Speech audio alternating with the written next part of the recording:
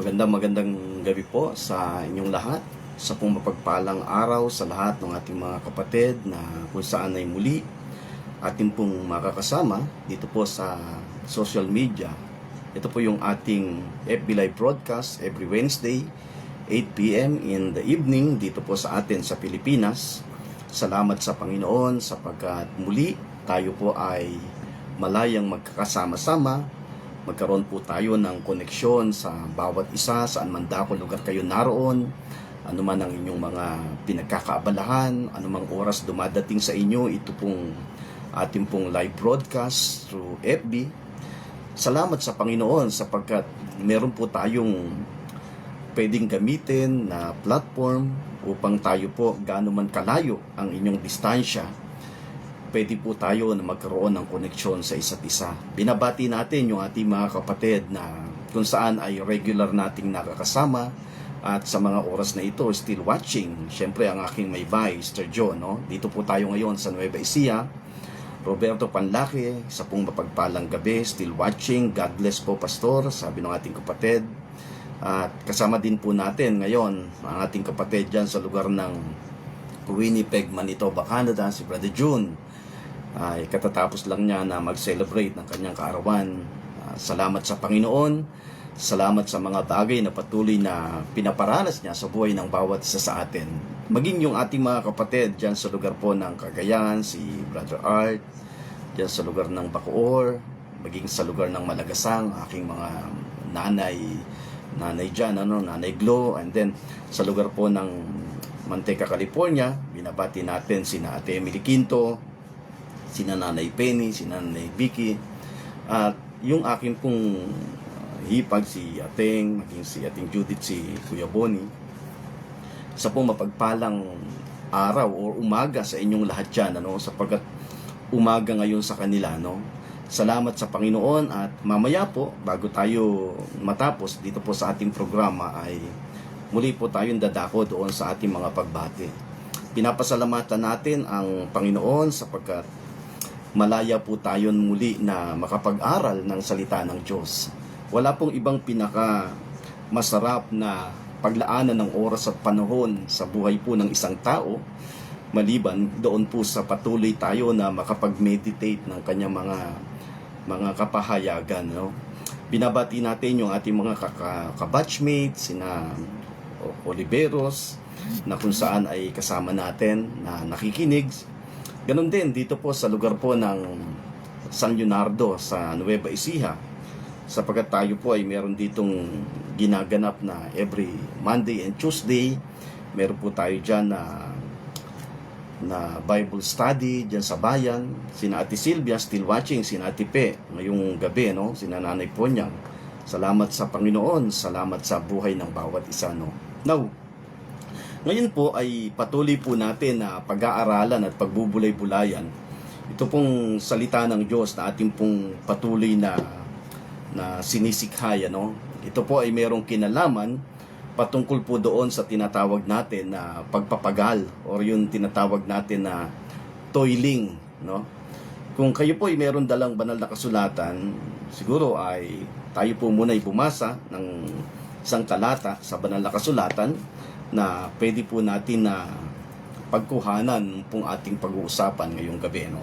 Sa aklat po ng Mateo, Kabanatang 4, talatang 17. Ito po yung kauna-unahang bagay na sinabi ng Panginoon doon sa kanyang pangangaral.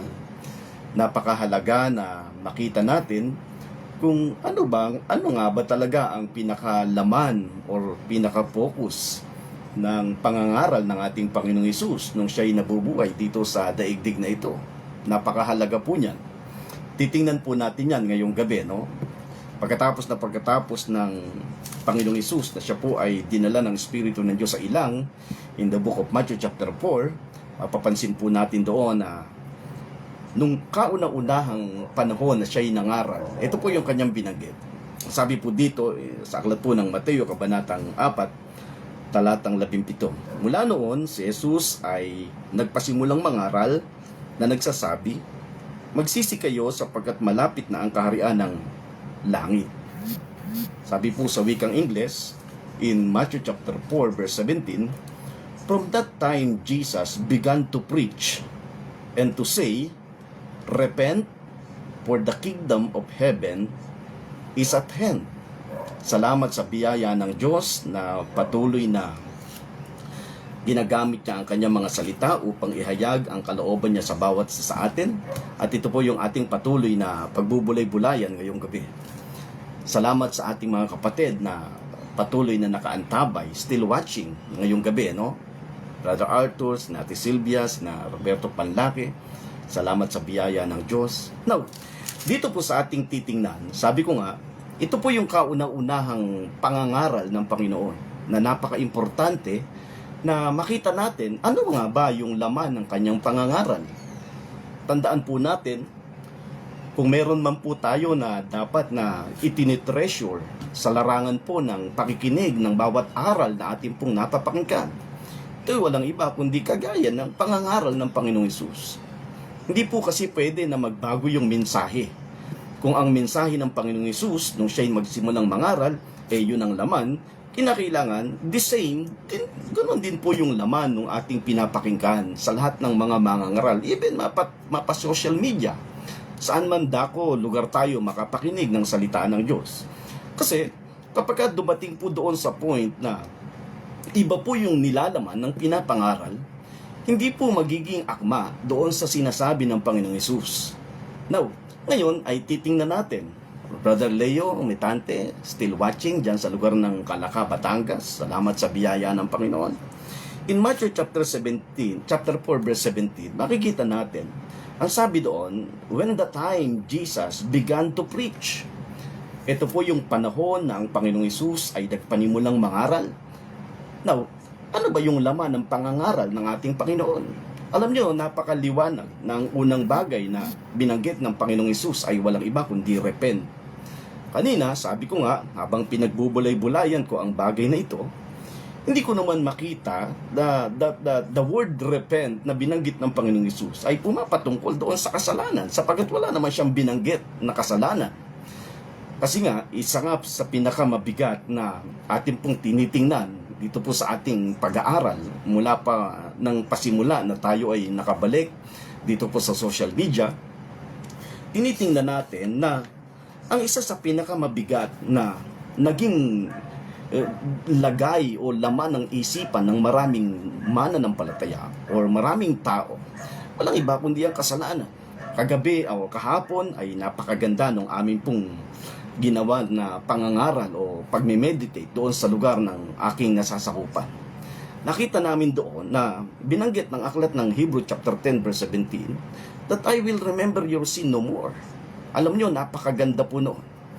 Nabigyan din po namin ng diin doon yung one sacrifice, two offerings, yung body and blood of Jesus. Makikita natin doon na kapag kayo ay naunawaan natin, yung dalawang bagay na handog na yun ay nagpapakita na talagang ang dugo at katawan ng ating Panginoong Hesus ay merong napakalaking bagay na nilagay o dinala sa buhay ng bawat mananampalataya. Now, in Matthew chapter 4 verse 17, dito po sa ating binasa, ang sabi doon, from that time Jesus began to preach and to say, repent. The first word na ipinangaral ng Panginoong Hesus ay walang iba kundi the word repent. Sabi nila, kitang-kita natin, pastor, na ang unang bagay na sinabi ng Panginoong Hesus or daladala niyang message ay about the kingdom. Yes, totoo po yun. Kung meron man po tayo na makikita na daladalang mensahe ng Panginoong Hesus nang siya'y magpanimulang mangaral, ang sabi doon ay repent, for the kingdom of heaven is at hand. So meaning, ang mindset ng Panginoong Hesus, kung ating pong titingnan, from the very beginning na siya'y dumating dito sa daigdig na ito, yung kaisipan niya, yung laman ng kanyang puso, yung laman, yung kanyang passion pagdating sa pangangaral ng salita ng Diyos, ay may kinalaman kaagad doon sa incoming millennium reign, doon po sa pagdating na paghahari ng Panginoong Hesus. Kitang-kita natin na nung siya'y nagpanimulang mangaral, ang focus niya ay walang iba kundi kingdom, and that is millennial reign of Christ. Nung siya ay nabuhay na magmuli, And then, dumating dito, bumalik at nangaral pa ng 40 days. Walang ibang ipinangaral, kundi paghahari pa rin ng Panginoon. Kaya, totoo po yun na yung binibigyang diin ng pangangaral ng Panginoong Hesus, it talks about the kingdom of God. And that is the millennial reign of Christ. Yan po yung tinutukoy na 1,000 years. But ang napakaganda na bago natin makita yung bagay na yun, meron siyang binanggit na word. And that is the word repent. Gaano ka-importante yung word na repentance, Pastor? Kasi ang akala natin, pagka sinabi kasing repentance, yung pagsisisi na kung saan ay kinakailangan yung lahat ng mga kasalanan mo ipagsisisihan mo. That's very common understanding from the word repentance. Pero kung titingnan natin, the word repent dito po sa Matthew chapter 4 verse 17, in Greek word means metanoia. Metanoia means to change our mind, to change one's mind. Yun po yung kahulugan ng word na repent. Ano yung bagay na dapat nating binabago sa ating isip? Ang totoo po niyan, kung ikaw ay isang mananampalataya, we live a life of repentance. Habang tayo ay nagpapatuloy dito sa daigdig na ito, habang tayo ay nabubuhay sa daigdig na ito, we live a life of repentance. Why? Kasi continuous yung ating understanding. Nauunawaan natin yung mga bagay na ginagawa ng Diyos, yung mga bagay na inire-reveal ng Diyos sa buhay ng bawat isa sa atin. That's why we live a life of repentance. Hindi po ito yung repentance na paghingi mo ng tawad sa lahat ng iyong mga kasalanan. Kaya nga nakakalungkot, dito sa ating tinitingnan, kung ating pong papansinin, kina-challenge ko po kayo na kung kayo po ay merong mga panahon, napakahalaga na matuto po tayo na magmanman, or ibig sabihin, tingnan po natin, pagbulay-bulayan natin, magkaroon po tayo ng panahon para tingnan or obserbahan kung ano nga ba yung tinatakbo ng kalagayan ng ating buhay spiritual, maging dito sa daigdig na ating kinalalagyan. Pansinin po natin, kung titingnan natin, sabi doon, if we look at our time today, we have heard so many sermon or preaching. Marami tayong mga maririnig na mga pangangaral, marami tayong mga preaching na talaga namang, lalo na ngayon sa panahon na ito, sa YouTube. Kung ikaw ay marunong mag-YouTube, doon pa lang ay pumindot ka ng mga talagang makikita natin na preacher, very famous preacher. Marami po tayong makikita dyan. Kasi in the Christian world, a lot of famous preacher na talagang makikita tayo. Yung iba yung mga nangamatay na nga. Yung iba naman ay nagpapatuloy pa rin magpahanggang ngayon. Pero kung titingnan natin, yung lahat-lahat ng yun, maring yung binabanggit ko sa inyo, one of the example, like for example, Charles Spurgeon, yan, isa yan sa mga sikat na mangangaral. Jonathan Edward, yung sinabi natin, yung Sinners in the Hands of the Angry God. And then John Wesley, marami pang mga mangangaral na makikita natin na talagang nangaral sila noong mga panahon na sila ay namamayagpag. A very famous preacher. Thousands of people na kung saan ay nakapakinig ng salita ng Diyos. Kitang-kita natin na ginamit sila ng Panginoon. Pero tandaan po natin, ang isang nakakalungkot kung ating pong titingnan, bagamat sila ay ginamit ng Panginoon, yung mga mangangaral na mga lumipas na mga panahon, tandaan po natin, meron silang iba't ibang klase ng pananaw. Or they have a different, sabi doon, they have a different path of doctrines. But they all have one thing in common. Ito po yung makikita natin na katotohanan. They have all one thing. They have one thing in common. They all share a common message. Pastor, ano yung message na mapapansin natin doon sa mga mangangaral na yun? Walang iba kundi they all preach on sin and how sinful man is. Yun po yung totoo. Sa pangangaral ng napakadaming mga mangangaral, nagkakaisa sila doon sa pangangaral na yun. Tandaan po natin, hindi natin binabaliwala. Sapagkat ang sabi nga natin, they have the glory doon sa ministry ng condemnation. Yung verse na yan ay talagang napakaganda. Kung atin pong titingnang maigi, no? Merong binabanggit doon sa aklat ng Corinthians. Anong sabi doon? Ito po'y nabigyan natin ng diin nung mga nakaraan. Makikita natin doon na sabi ng 2 Corinthians chapter 3 verse 9, "For if the ministration of condemnation be glory, for if the ministration of condemnation be glory, much more that the ministration of righteousness exceed in glory." Ito yung sinasabi ko na doon sa lahat ng mga famous preacher na mapapansin natin, bagamat meron silang iba't ibang klase ng doktrina na dala-dala, iba't ibang klase ng they have pet of beliefs, but they have one thing in common pagdating sa pangangaral. At ito po yung they all preach on sin and how sinful man is. They all bring the point that man is so sinful that God has to bring judgment on the entire population of mankind. Yun po yung totoo. But habang pinag-aaralan ko po tinitingnan ang pangangaral ng Panginoong Hesus, kung tayo po ay pamilyar at lagi po tayong naglalaan ng panahon sa pagbabasa ng salita ng Diyos, makikita po natin doon, Jesus did not preach on sin in any of His public ministry. Wala po siyang ipinangaral na patungkol sa kasalanan, even doon sa kanyang public ministry. Sabi ko nga, kung hindi nangaral ang Panginoong Hesus ng patungkol sa kasalanan, even doon sa kanyang public ministry, ano yung bagay na binigyan niya ng diin? Ulitin ko po, no? I'm not against doon sa mga mangangaral na kung saan ay nangangaral patungkol po sa kasalanan.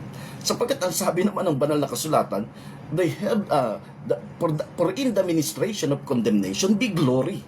Merong kaluwalhatian, but much more glory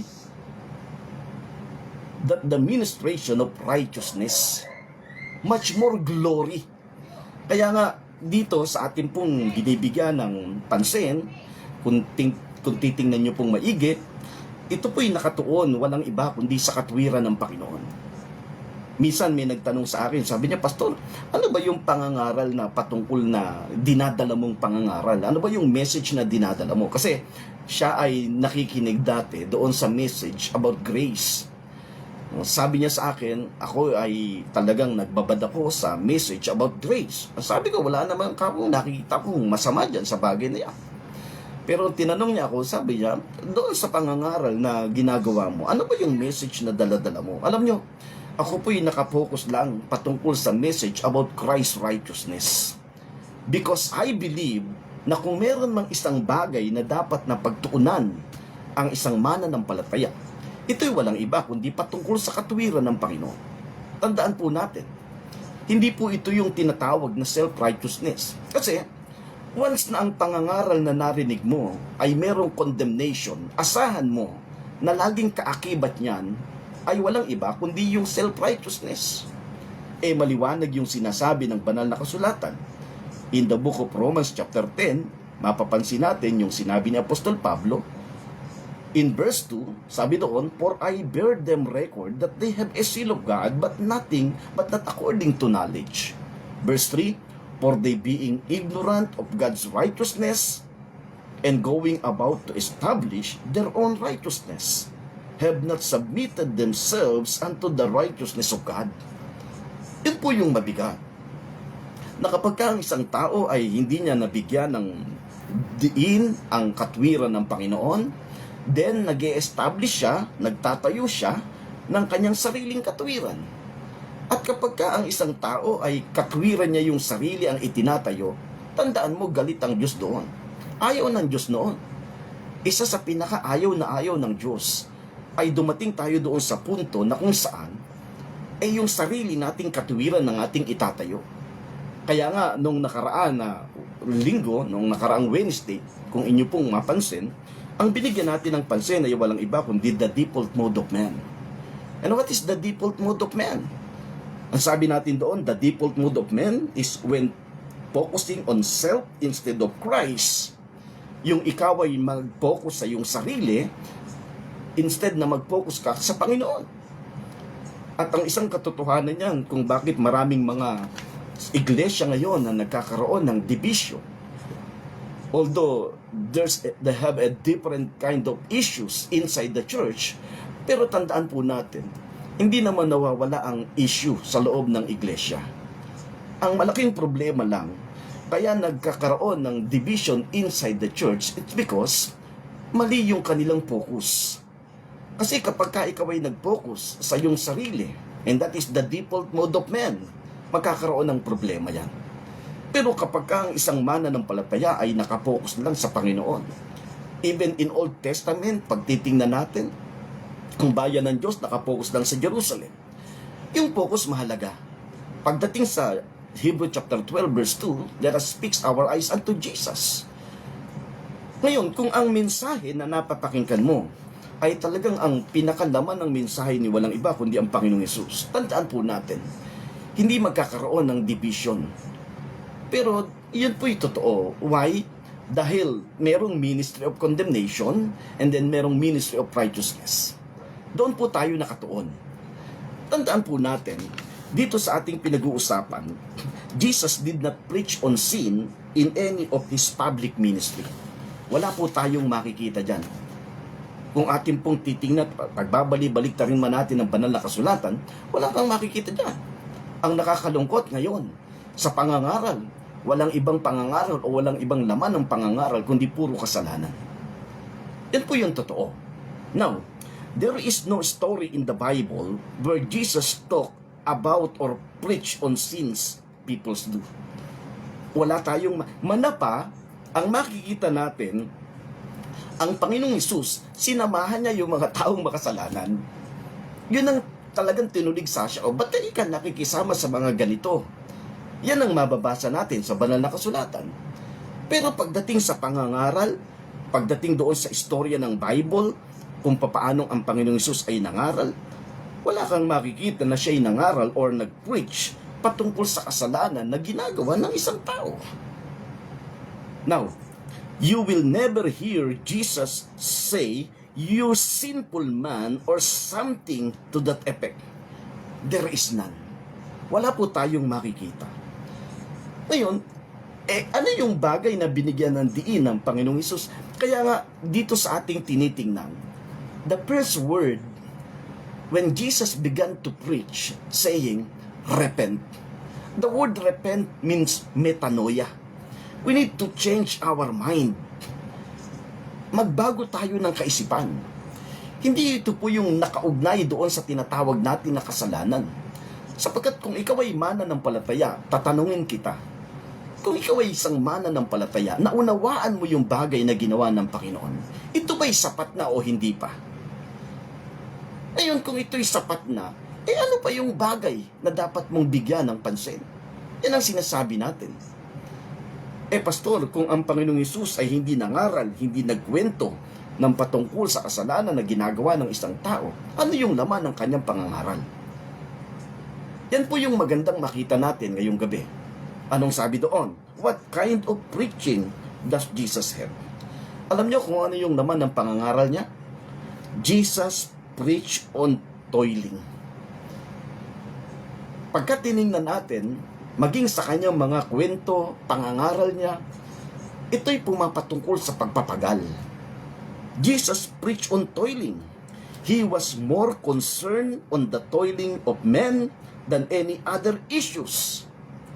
Like for example, kung ating pong babasahin ang Matthew chapter 6, pag binasa natin ang Matthew chapter 6, beginning from verse 25 up to 34, anong sinasabi ng banal na kasulatan dyan? Maganda yung pagkakabanggit dyan. Sa Mateo, kabanatang 6, talatang 25, kaya nga, sinasabi ko sa inyo, huwag kayong mabalisa sa inyong buhay, kung ano ang inyong kakainin, kung ano ang inyong iinumin, kahit sa inyong katawan, kung ano ang inyong isusuot. Hindi ba higit ang buhay kaysa sa pagkain at ang katawan kaysa damit? Yan po yung laman ng pangangaral ng Panginoon. Pag binasa po natin itong Matthew chapter 6, beginning from verse 25 up to 34. Marami tayong bagay na makikita dito. Ito yung sinasabi natin na mas concerned ang Diyos. He was more concerned on the toiling of men than any other issues. Hindi. Ngayon, alam nyo, minsan meron pa nga akong narinig. Sabi niya, kapag ka ang pangangaral mo hindi mo binigyan ng bigat ang kasalanan, walang kwenta ang iyong pangangaral. Alam nyo, nakakalungkot lang isipin na kung ating pong titingnan, parang hindi pa tapos or hindi pa settled ang kasalanan sa buhay ng maraming mananampalataya. Pero kapag ka tiningnan mo naman, tinanong mo siya kung kumpleto ba at sapat na yung ginawa ng Panginoon, sasabihin niya sapat na. Pero sa lahat ng bagay na ginagawa niya, nagpapakita ng parang hindi sapat. Kaya minsan nakakagulo. Minsan may nagtanong nga sa akin, sabi na, pastor, sabi ng aming tagapangaral, kinakailangan talaga every time na lalapit ka sa Panginoon, hingi ka ng tawad. Ang sabi ko, hindi ko naman binabaliwala. Pero kahit humingi ka ng humingi ng tawad, ang tanong, meron bang bigat sa Diyos yun? Kasi kung titingnan natin ang sinabi ng banal na kasulatan, hindi niya na nga muling aalalahanin pa ang mga kasalanan na lahat ng mga bagay na nagagawa natin o ginawa mo para sa Kanya. Ano yung gagawin ko, pastor? Ibig sabihin, hindi na pala ako hihingi ng tawad. Alam niyo, sabi ko sa kanya, much better na humingi ka ng tawad saan? Doon sa taong involved. Kasi mas may bigat yun. Pero yung sasabihin mo sa Diyos, sino nagturo noon? That is a religious mindset. In Hebrew chapter 10 verse 17, and their sins and iniquities I will remember no more. Hindi ko na muling aalalahanin pa yung lahat ng mga kasalanan. Yun ay napakalinaw na sinasabi ng banal na kasulatan. Kaya sabi ko sa kanya, siguro mas mainam ka ako, kapatid, humingi ka ng tawad doon sa taong involved. Ngayon,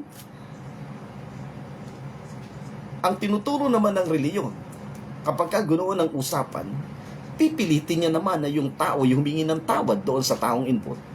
Ang sabi ko sa kanya, kung hindi mo pa kaya, huwag mong pilitin. Kasi ang pagpapatawad ay hindi pinipilit. Hindi, ang sabi daw, kapag ka hindi ka nagpatawad, ay hindi ka patatawarin ng Diyos. Ang sabi ko sa kanya, yung bang kapatawaran ng Diyos ay saan nakabatay?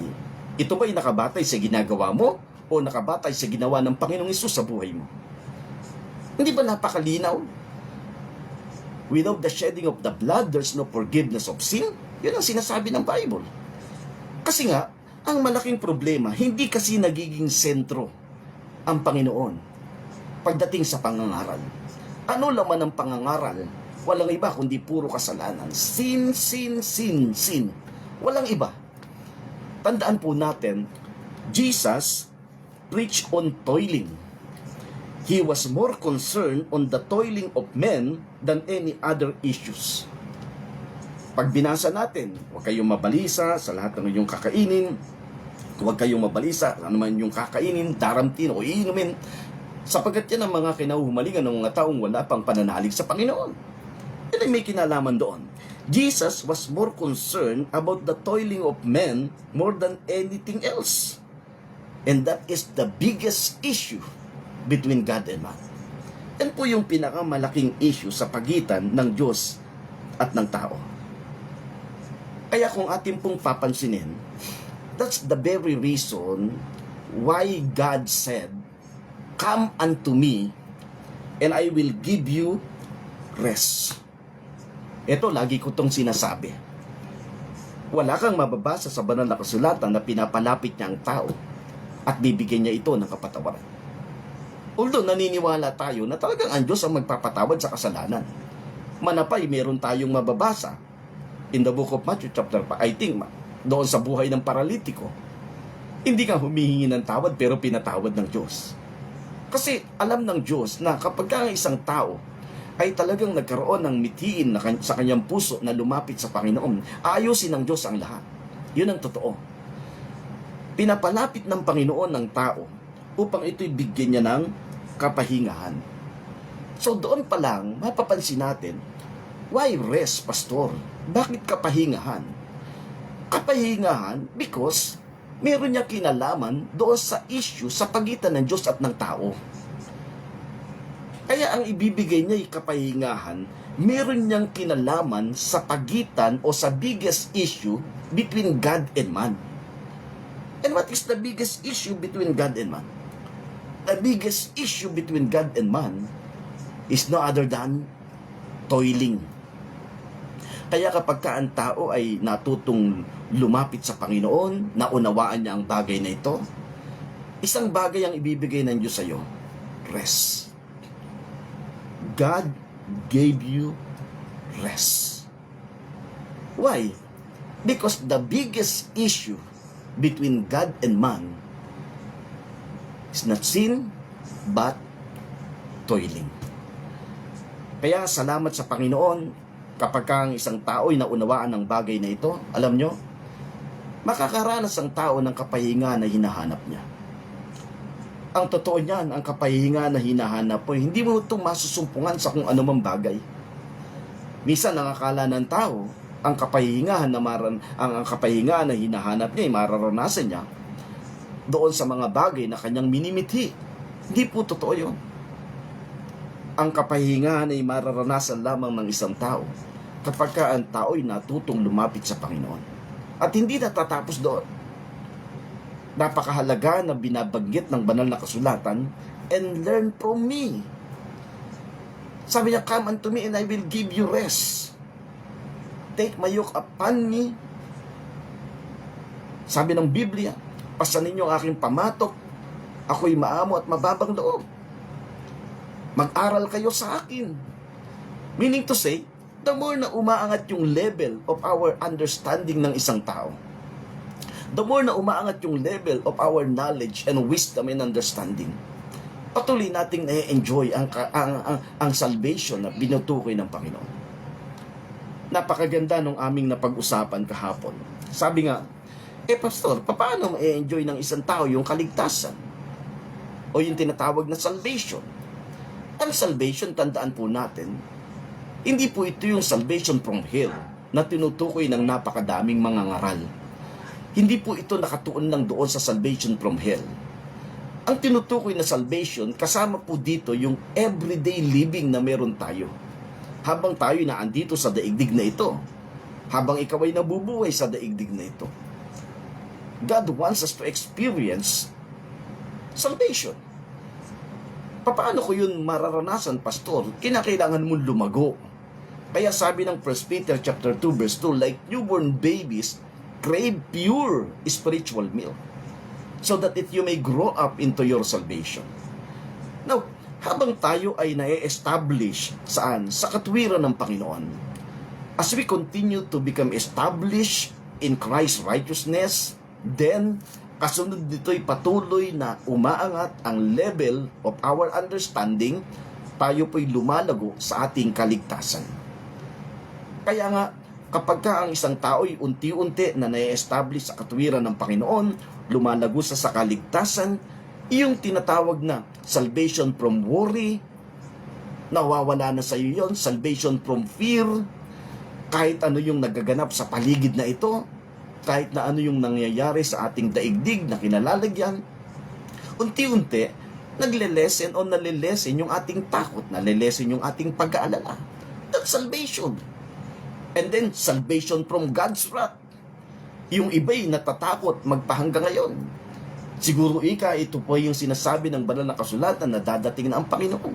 Alam nyo, kapag katakot ang daladala niyan ng isang taong nangangaral, tandaan po natin, that's the ministry of condemnation. Ang sabi ng banal na kasulatan, much more glory through the ministry of righteousness rather than condemnation. Kaya nga, sabi ko, napaka-importante na ang isang mananampalataya ay patuloy at patuloy po siyang lumago. Patuloy at patuloy po siyang lumago sa kanyang kaligtasan. Why? Sapagkat pagka ikaw ay nagpatuloy na lumago sa iyong kaligtasan, napakadami mga bagay na patuloy mong pasasalamatan sa Panginoon. I-enjoy mo talaga ang iyong paglalakbay. Yan po yung isang katotohanan. Tandaan po natin, kung meron man daladala o laman na pangangaral ang Panginoong Hesus, ito'y walang iba kundi repent. We live a life of repentance. Live a life of repentance every day. Every time we read through the Word of God, tingnan natin kung ano yung bagay na tinapos ng Panginoong Hesus. Hindi yung ang understanding natin sa word na repentance, live a life of repentance, pagising mo pa lang sa umaga, Panginoon, patawarin po ninyo ako. No, it's not a life of repentance. A life of repentance is metanoia, to change our mind, to change one's mind.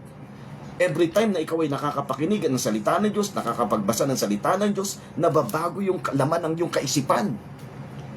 At yun ay patuloy at patuloy mong i-enjoy sa iyong buhay bilang isang mananampalataya. Hallelujah.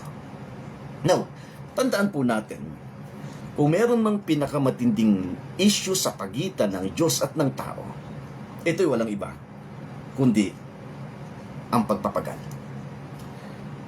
The issue between God and man, the biggest issue between God and man, is no other than toiling, pagpapagal. Sa mga susunod na araw ay patuloy po natin itong titingnan. Magkaroon po tayo ng kapanabikan sa ating mga puso, patuloy po nating makita kung ano ba yung sinasabi ng salita ng Diyos. Tandaan po natin, doon po sa ating tiningnan ng mga nakaraan, sabi nga natin, the default mode of man, and then nakita natin ngayon yung laman ng pangangaral ng Panginoong Hesus. Sa susunod ay bibigyan ko ng pansin yung tinatawag natin na silent killer. Ano ba yung silent killer, Pastor?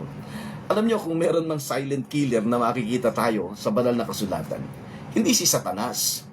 Kasi ang totoo niyan, si Satanas, wala naman niyang kapangyarihan sa buhay ng isang mananampalataya. It has already been defeated. Pero meron tayong makikita na silent killer na kung saan, unti-unti, hindi na mamalayan ng maraming mananampalataya. At ito'y walang iba kundi may kinalaman pa rin patungkol sa kanyang sarili. Tandaan po natin, Psalm chapter 118 verse 8. Ito po'y napakagandang talata sa banal na kasulatan. Kung ating pong titingnan, basahin ko bago tayo matapos. In Psalm chapter 118 verse 8, ano yung sinasabi ng banal na kasulatan? Sabi po dito, Psalm 118 verse 8, it is better to trust in the Lord than to put confidence in man. Mas mainam ang magtiwala sa Panginoon kaysa ilagay mo ang iyong tiwala at kapanatagan sa buhay ng isang tao. Yan po yung isang katotohanan. Salamat sa Diyos sa buhay ng bawat isa. Binabati natin yung ating mga kapatid, Sister Susan, kanina nakita ko siya, still watching. Kung kayo po ay merong mga mahal sa buhay, meron tayo mga kakilala, yung ating mga kaibigan, na meron talaga silang uhaw at gutom, gusto makapakinig ng katotohanan na purong salita ng Diyos, na kung saan ay walang ibang tinatalay, kundi ang tinapos na gawa ng ating Panginoong Hesus. Welcome po tayo dito sa programa ng Kapihan sa Pastulan. Ito po yung ating programa through FB every Wednesday. Nagsisimula po tayo ng 8 o'clock in the evening para doon sa ating mga kapatid na kung saan ay nasa iba't ibang dako ng daigdig. Sa kanila ngayon ay umaga, kagaya ni na Brother June, still watching ngayon, dyan sa lugar ng Winnipeg. Sa pong mapagpalang umaga dyan sa inyong lahat. Binabati natin yung ating mga kapatid, yung kanyang buong pamilya. Ganon din sa buhay ng aking mother-in-law, si Nanay Penny, sa lugar ng Manteca, California. Sabi niya, mga alas 5, alas 6 pa sa kanila ngayon, ng umaga. Binabati natin sila ng isang mapagpalang umaga, kina Ate Emily Quinto, kina Kuya Bonnie, kina Ating Judith, maging kina Nanay Vicky. Salamat sa biyaya ng Panginoon. Ang kalakasan ay patuloy na maranasan ng inyong mga pangangatawan, sapagkat medyo, lalo na doon sa Canada, medyo napakalamig. Salamat sa biyaya ng Diyos na ibinibigay ng kalakasan sa kanila. Binabati din po natin ngayon ang ating mga kapatid na kung saan ay nakatune in. Silvia Lacaninaw Muyot, Roberto Panlaki, and then ang aking may bahay, At yung iba pa natin mga kapatid na hindi man nagpa-flash dito sa screen, no? Isang mapagpalang umaga, Brother Arthur. Isang mapagpalang gabi sa inyong lahat, ano? Now, bago po tayo magpaalam, tayo po muna ay dumako sa isang diwa ng panalangin. At yung pong ating mga kapatid na humingi po ng panalangin sa atin, isinasama po natin yan dito po sa ating personal na kung saan ay meditation. Kung kayo po ay mayroong mga suliranin, mga kabigatan na pinagdadaanan, kung mayroon po kayong mga tanong, pwede nyo po akong i-message at yun po yung ating bibigyan ng linaw sa biyaya ng Panginoon. Ano? Tandaan po natin, ang Diyos lamang po ang magbibigay ng kaunawaan o kaliwanagan. Ano man po yung suliranin na ating dinadaanan sa buhay na ito. No? Sandali po tayong pumikit, tayo po'y manalangin. Dakila namin Diyos na makapangyarihan sa lahat, nagpapasalamat kami sa iyo sa pagkakataon na binigay mo sa amin ngayong gabi through social media. Kami po ay malayang nakakapag-aral ng iyong mga salita. Holy Spirit, we acknowledge every time in your presence in our midst. Gaano man kalayo ang distansya ng bawat isa sa amin.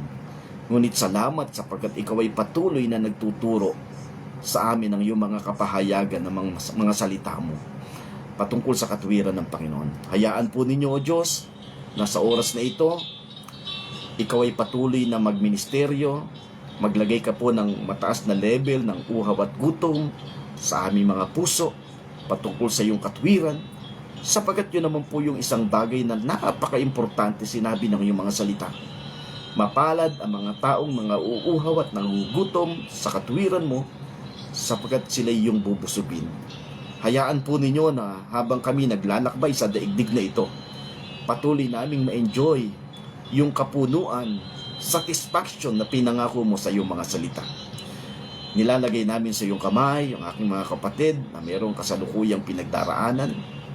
Patuloy mo siyang bigyan ng karunungan na mula sa iyo upang sa bawat kanyang pagdidesisyon ay magamit niya ito, Panginoon, upang magkaroon ng maayos na resulta yung bagay na kanyang pinagdadaanan. Maraming salamat. We acknowledge, O Lord God, for your continuous guidance in us, that apart from you, O God, we are nothing. Salamat po.